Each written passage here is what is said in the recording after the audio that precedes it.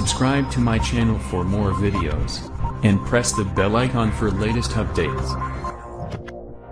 बिस्मिल्लाहिर्रहमानिर्रहीम। Dear student, chapter number 15 हमने start किया था, आज उसका थर्ड लेक्चर है और इस लेक्चर के अंदर जो हम डिस्कस करने वाले हैं कि व्हाट इज़ फीडबैक मैकेनिज़्म। अच्छा, फीडबैक मैकेनिज़्म को डिफ़ाइन हम बाद में करेंगे, पहले इसकी थोड़ी सी एक्सप्लेनेशन को डिस्कस कर लेते हैं। एक्सप्लेनेशन से पहले इसकी थोड़ी सी इंपॉर्टेंस को डिस्कस कर लेते हैं। हमने फर्स्ट लेक्चर में डिस्कस किया था हर ऑर्गेनिज्म को ज़िंदा रहने के लिए होम्योस्टेसिस का मेंटेन रखना ज़रूरी है। तो होम्योस्टेसिस में हर चीज़ आ जाती है, उसका टेम्परेचर भी होना मेंटेन होना चाहिए, उसका वाटर भी मेंटेन होना चाहिए, साल्ट भी मेंटेन होना चाहिए, बॉडी के अंदर कोई टॉक्सिक सब्सटेंस भी ना रहे। तो ये सारी जो चीज़ें हैं इनको मेंटेन होना चाहिए और हर चीज़ के लिए लिविंग ऑर्गेनिज्म की बॉडी में एक अलग से सिस्टम है। जैसे टेम्परेचर को मेंटेन करना अलग से कंट्रोल सिस्टम, वाटर और साल्ट को मेंटेन करना अलग से कंट्रोल सिस्टम, टॉक्सिक सब्सटेंस को बॉडी से बाहर निकालना अलग से कंट्रोल सिस्टम। तो इस यही बात डिस्कस की गई है कि कंट्रोल सिस्टम, एक लिविंग ऑर्गेनिज्म के पास जो कंट्रोल सिस्टम है, उन कंट्रोल सिस्टम को बताया गया है कि उन्होंने होम्योस्टेसिस को किस तरह रेगुलेट करना है और ये रेगुलेट किस प्रोसेस के जरिए से करते हैं, ये फीडबैक मैकेनिज्म के जरिए से करते हैं। अब फीडबैक मैकेनिज्म काम कैसे करते हैं, इसको आप थोड़े से, यानी चाहे वो लिविंग ऑर्गेनिज्म का सिस्टम हो या कोई मशीन का सिस्टम हो, किसी भी मशीनरी के अंदर जो कंट्रोल सिस्टम काम कर रहा है, दोनों के अंदर एक ही तरह से काम होते हैं। जैसे इसकी कॉमन एग्जाम्पल लें हम, इस्त्री आप लोग करते होंगे। इस्त्री के ऊपर आपने देखा होगा कि मुख्तलिफ किस्म के डिजिट लिखे होते हैं और 1 to 6 तक डिजिट होते हैं। और आप जब नीडल को, जो नॉब है, उसको इस तरह घुमाते हो तो एक पॉइंट पे आप लाके उस नीडल को फिक्स कर देते हो। अब इस नीडल को इस पॉइंट पे लाने का मतलब क्या है? बेसिकली जो इस्त्री है उसकी मशीनरी में कुछ टेम्परेचर की रेंजेस फिक्स की गई हैं। जैसे 1 को सपोज मैं कहता हूँ 20 दिया गया, 2 को 40 दिया गया, इसको 60 दिया गया, इसको 80 दिया गया, इसको 100, इसको 120। इसका मतलब क्या है? स्पोज रीडिंग है, ये रियल रीडिंग नहीं है।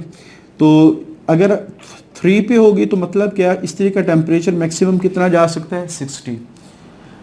तो आपने इस्त्री ऑन की, टेम्परेचर बढ़ना शुरू हो गया, 30, 35, 40, 45, 50, 55, 60। तो जब तक 60 टेम्परेचर नहीं होता उस वक्त तक इस्त्री ऑन रहती है, लेकिन चूंकि इस्त्री ऑन है टेम्परेचर मजीद बढ़ने लगेगा। जो ही टेम्परेचर 61 होगा इस्त्री फ़ौरन ही ऑफ हो जाती है और फिर जो ही ऑफ होगी फिर ऐसा ऐसा टेम्परेचर कम होने लगेगा। तो जो ही टेम्परेचर 59 होगा इस्त्री फिर ऑन हो जाती है।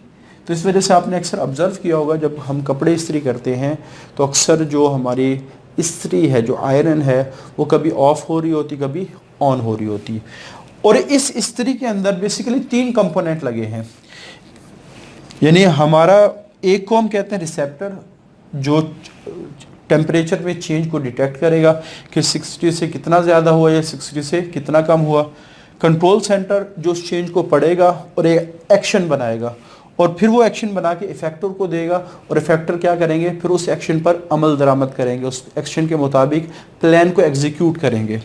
तो हमारे पास जो फिजिकल कंट्रोल सिस्टम है, जिस तरह हमने टेम्परेचर कंट्रोल सिस्टम की बात की कि एक ऑर्गेनिज्म किसी भी मशीनरी के अंदर, ख़ासतौर पर जो बड़ी हैवी मशीनरी होती हैं उनके अंदर किस तरह टेम्परेचर को कंट्रोल किया जाता है। बेसिकली सबसे पहले हर मशीनरी के अंदर जो टेम्परेचर सेंसिटिव होती है उसमें सेंसर लगा होता है। इस सेंसर का काम क्या है कि उसने टेम्परेचर को डिटेक्ट करना है कि वो सेट पॉइंट से कितना चेंज हुआ है। जैसे for example that monitors changes from the set point, कि एक जो पॉइंट सेट किया गया मशीनरी के अंदर उससे टेम्परेचर ज़्यादा भी नहीं होना चाहिए, उससे कम भी नहीं होना चाहिए। एंड सेंड सिग्नल, अगर वेरिएशन आ गई तो ये टेम्परेचर, जिसको थर्मामीटर भी कहा जाता है, कोई भी ऐसा इंस्ट्रूमेंट जो टेम्परेचर की चेंजेस को डिटेक्ट करते हैं वो क्या कहलाते हैं? थर्मोमीटर। मीटर मेजर करने को कहा जाता है। और फिर ये जो सेंसर है जब वो देखता है कि सेट पॉइंट से टेम्परेचर बदलने लगा है, ज़्यादा भी हो सकता है कम भी हो सकता है, तो वो थर्मोस्टेट को मैसेज सेंड करेगा। ये बेसिकली थर्मोस्टेट वो पार्ट है जो कंट्रोल सेंटर कहलाएगा, जिसने टेम्परेचर को कंट्रोल करना है। और जब थर्मोस्टेट के पास मैसेज आएगा तो वो इस मैसेज को पढ़ेगा कि टेम्परेचर बढ़ा है या टेम्परेचर कम हुआ है, और फिर उसके अकॉर्डिंग एक्शन बनाएगा। और एक्शन किसको देगा? स्विच को देगा। अब मशीन के अंदर दो किस्म के स्विच लगे हुए हैं, एक ने कूलिंग सिस्टम को एक्टिव करना है, एक ने अब हीटिंग सिस्टम को एक्टिव करना। अगर मशीन का टेम्परेचर कम होने लगा है तो ये क्या करेगा? अगर कम होने लगा ये हीटिंग सिस्टम को एक्टिवेट कर देगा in case of lowering of temperature from A set point. अगर सेट पॉइंट से टेम्परेचर कम होने लगा, अगर सपोज टेम्परेचर ज़्यादा होने लगा है तो वो उस स्विच को ऑन कर देगा जो कूलिंग सिस्टम। तो इस थर्मोस्टेट ने फिर इन दो इफेक्टर्स के ज़रिए से अपना प्लान एग्जीक्यूट करना है। और अपना प्लान वो एग्जीक्यूट कैसे करेगा? डिपेंड करता है सिचुएशन के ऊपर कि टेम्परेचर कम होगा हीटिंग सिस्टम ऑन होगा, टेम्परेचर ज़्यादा होगा कूलिंग सिस्टम ऑन होगा। तो ये जो मैकेनिज्म है जिसमें तीन चीज़ों ने काम किया, एक रिसेप्टर है, थर्मामीटर है जो टेम्परेचर को डिटेक्ट करता है, दूसरा कंट्रोल सेंटर है, तीसरा स्विच है। स्विच डिफरेंट भी हो सकते हैं। लिविंग सिस्टम में भी सेम काम हो रहा है। जैसे हमारी बॉडी का है, उसमें हमारी बॉडी का टेम्परेचर कितना होना चाहिए? 37 सेंटीग्रेड। और वो एनिमल जिनके अंदर 37 सेंटीग्रेड टेम्परेचर मेंटेन रहता है, या आप कह सकते हैं वो एनिमल जो अपने बॉडी के टेम्परेचर को 37 या एक सेट पॉइंट के ऊपर मेंटेन रखते हैं, उन्हें एंडोथर्म्स कहा जाता है। हर एनिमल ये काम नहीं करता। तो एक मखसूस सेट पॉइंट के ऊपर जो ऑर्गेनिज्म मेंटेन रखते हैं, 37 से क्या मुराद है? रेंज के अंदर, क्योंकि हमने फर्स्ट लेक्चर में ये बात डिस्कस की थी, ज़्यादातर होम्योस्टेसिस रेंज में मेंटेन किया जाता है क्योंकि फिक्स पॉइंट को अचीव करना थोड़ा सा मुश्किल होता है। तो एंडोथर्म्स कौन है? रेगुलेट बॉडी टेम्परेचर, जो बॉडी टेम्परेचर को रेगुलेट कर रहे हैं। तो सबसे पहले उन ऑर्गेनिज्म में एक रिसेप्टर्स होते हैं जो थर्मामीटर का काम कर रहे होते हैं।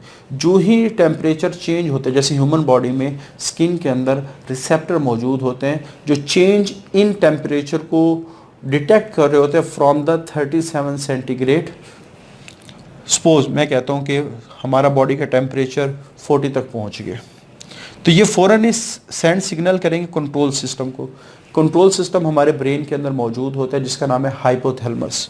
अब वो जो हाइपोथैलेमस है, फिर हमारी बॉडी के अंदर चूंकि टेम्परेचर इंक्रीज हुआ तो बॉडी के अंदर हाइपोथैलेमस उन इफेक्टर्स को ढूंढेगा, उन ऑर्गन्स को ढूंढेगा जो कूलिंग करवा सकते हैं। जैसे स्वेट ग्लैंड है जो कूलिंग करवाएंगे, स्वेटिंग होना शुरू हो जाएगी और हमारी जिस्म क्या हो जाएगा? ठंडा हो जाएगा।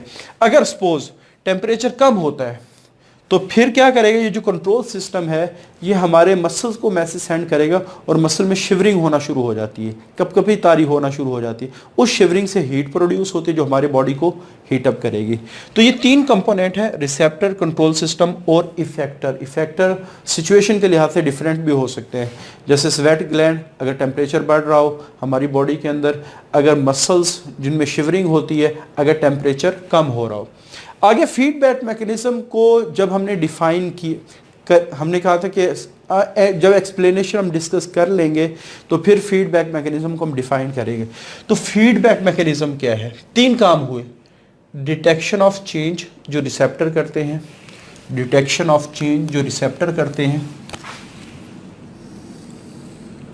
उसके बाद फिर रिसेप्टर क्या करते हैं? सिग्नल भेजते हैं कंट्रोल सिस्टम को, और कंट्रोल सिस्टम फिर अपना काम कैसे करवाते हैं? इफेक्टर के रिस्पॉन्स के जरिए से। यानी डिटेक्शन ऑफ चेंज, चेंज को डिटेक्ट करना, and signalling for effector response, और सिग्नल भेजना ताकि इफेक्टर अपना रिस्पॉन्स जनरेट कर सके। और सिग्नल किसको भेजा जाता है? कंट्रोल सिस्टम को। तो ये जो मैकेनिज्म है ये फीडबैक मैकेनिज्म कहलाता है जो हमारी बॉडी में मुख्तलिफ किस्म के होम्योस्टेसिस प्रोसेस को मेंटेन करते हैं। अच्छा, उसके बाद टाइप्स ऑफ फीडबैक मैकेनिज्म। आगे दो टाइप्स हैं, एक पॉजिटिव है एक नेगेटिव है। ये बिल्कुल इसी तरह काम करते हैं जैसे एक माशरे के अंदर, ठीक है, एक माशरे के अंदर एक शख्स ने काम स्टार्ट किया।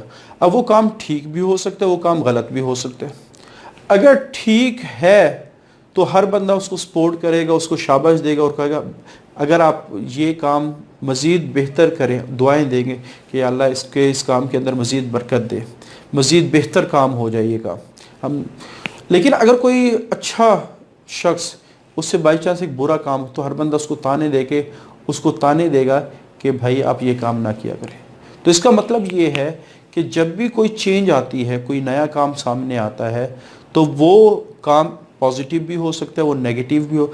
अगर पॉजिटिव होगा तो हर बंदा शाबाश दे के उस पॉजिटिव काम को बढ़ाने की कोशिश करे।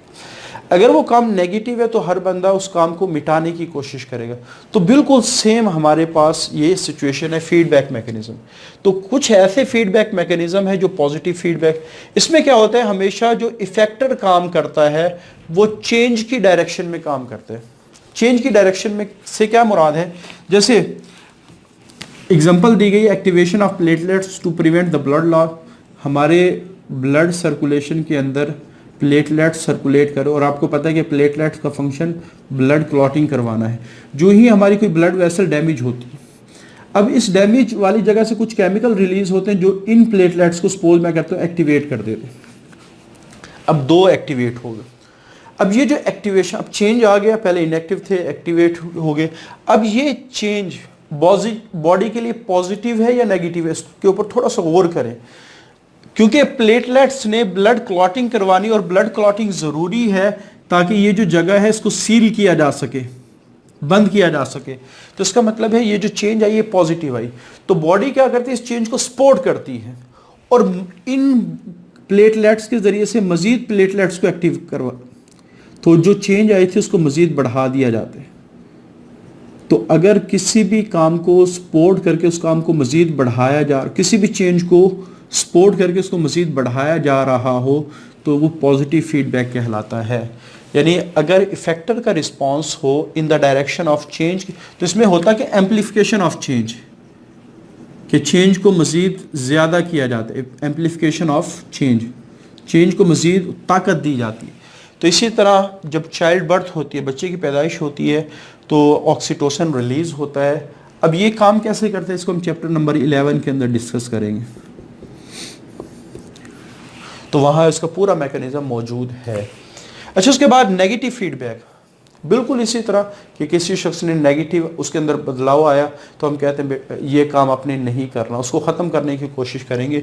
तो अगर इफेक्टर का जो रिस्पांस है वो उल्ट है, इनवर्स का मतलब है उल्ट, to the change in external environment, ये नेगेटिव फीडबैक कहलाते हैं। जैसे हमारी बॉडी का टेम्परेचर उस वक्त बढ़ने लगता है जब बाहर का टेम्परेचर बढ़ता है, तो हमारी बॉडी का टेम्परेचर, तो हमारी बॉडी रिस्पॉन्ड कैसे करेगी, उस टेम्परेचर को कम करने की कोशिश।